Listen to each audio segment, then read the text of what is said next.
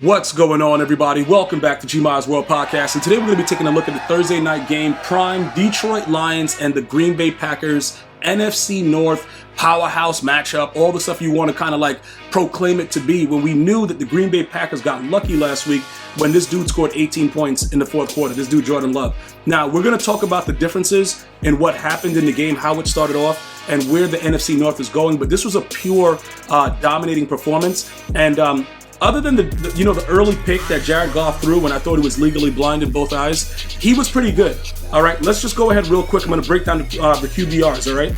Jared Goff's QBR was 61.2. Jordan Love, 7. All right, that's an individual number. Notice what I just said, 7. I stopped. I didn't keep going. I didn't add any zeros to it, just 7. The rating overall, Jordan Love was 69.9, Jared Goff was 86.9. So we can see that Jared Goff clearly outplayed Jordan Love in this game at home, at Lambeau Field. It was disgusting to watch. And I'm going to be totally honest, after watching it, I have a lot of questions about Aaron Jones. All right, 5 carries, 18 yards. You know what I'm saying, dude? Maybe rest that hamstring a little bit more. I don't know what was going on. It's funny, though, because I actually spoke about that yesterday during one of my live streams on Twitch at gmiasworld. Sometimes you got to just let dudes rest, man. You know what I'm saying? Dudes are trying to rush back. The hamstring is a very, it's a funny injury, bro. And if you've ever had one, you know how easy it is to re-aggravate it. And these guys are NFL players, so they should take their time, you know what I'm saying, to come back, because that was a disgusting performance. And a lot of what goes on within the game depends on Aaron Jones. But listen, though, this is what's interesting, right?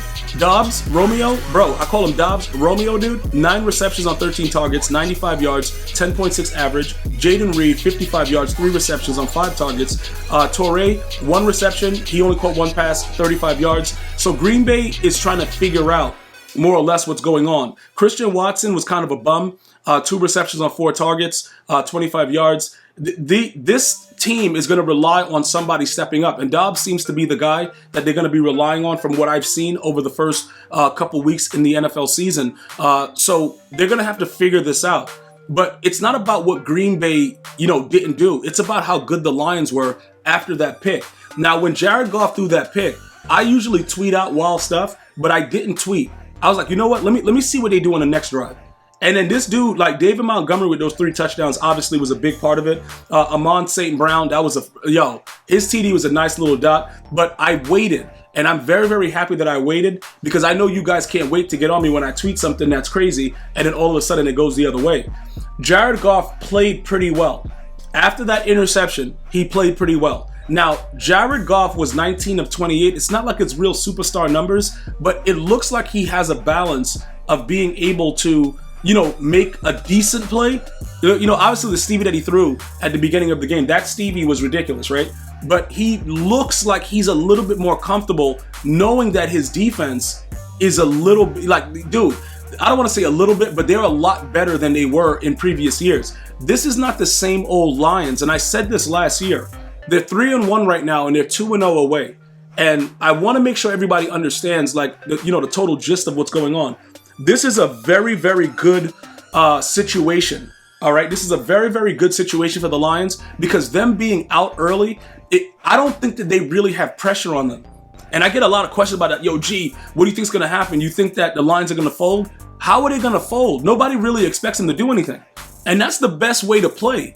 You know what I'm saying? When people don't believe in you and your locker room is the way that Dan Campbell is making it, it's a lot easier to play. Trust me, guys. It doesn't really add anything to it, because look, say the Packers would have won this game, right?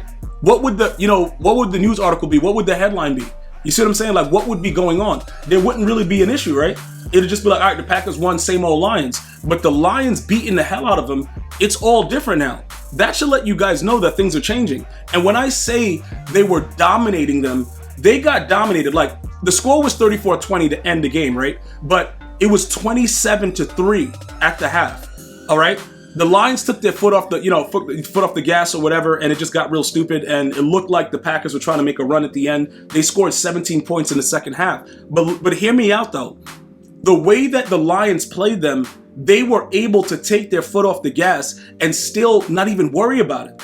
That's what I want you guys to really get. Like, it was so Guys, listen, this is what it is, right? When you see, it's like you go and you witness a fight, right? And you know that the dude, that his face looked like he just got dragged down the asphalt. You know what was going on. That was the Packers. You know what I'm saying? That was the Packers. Like their face, they just had a UFC fight. Like, yo, bro, it was a tough battle. And the other dude just looking like nothing happened. That's how I viewed it the entire game, like watching it. So if you're a Packer fan, I'm not trying to like rub your nose in it. I'm just letting you know the Lions are here, dude. The Lions are really, really here in the NFC North. Like, I just want to be very, very clear so that there's no like misconception of what I'm saying. The Packers are not what they were before with Aaron Rodgers or even Brett Favre. Jordan Love is going to have to work his way up into dominance. Now, coming back and winning that game, that's a very, very good motivational situation. But this is not something that is going to go away because the Lions really believe that they're that good. And that's what's dangerous. You see what I'm saying? They believe defensively and offensively that they can play with anyone. So that's really, really, really scary. Like, it's so scary to see this team get crazy like this, bro. And they're getting busy with it. Now, remember, Gibbs got 8 carries. All right, he had 40 yards. 5-yard average, that's pretty decent, whatever. But he wasn't really the star of the game. I want to bring him up as a rookie because a lot of these players in the league that are rookies, they're going to be having some decent impacts. But like I said, you still need those veterans.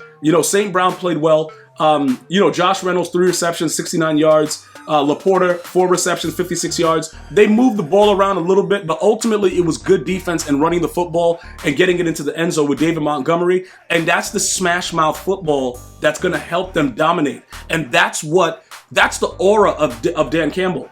Like, it's like smash mouth. Like, bro, I'm going to come through and I'm going to run this ball and you're going to know I'm running it and you can't stop it. And that's what they did to the Packers. So overall, the NFC North may be owned by the Lions because the Vikings kind of suck, to be honest. So look, we're not going to really worry about this too much. And I know you guys going to be coming out, yo, gee, what about this? No, the Lions right now, they're doing what they need to do. And that's ultimately where we are with it. And until further notice, I believe the Lions own the NFC North. I want to thank you guys for tuning into this podcast. Definitely subscribe, share, do all that good stuff. Let me know if you have any other questions. Hit me up at gmiasworld on Twitter or X, whatever Elon Musk is calling it these days. I'm going to see you guys and girls next time. One love, y'all.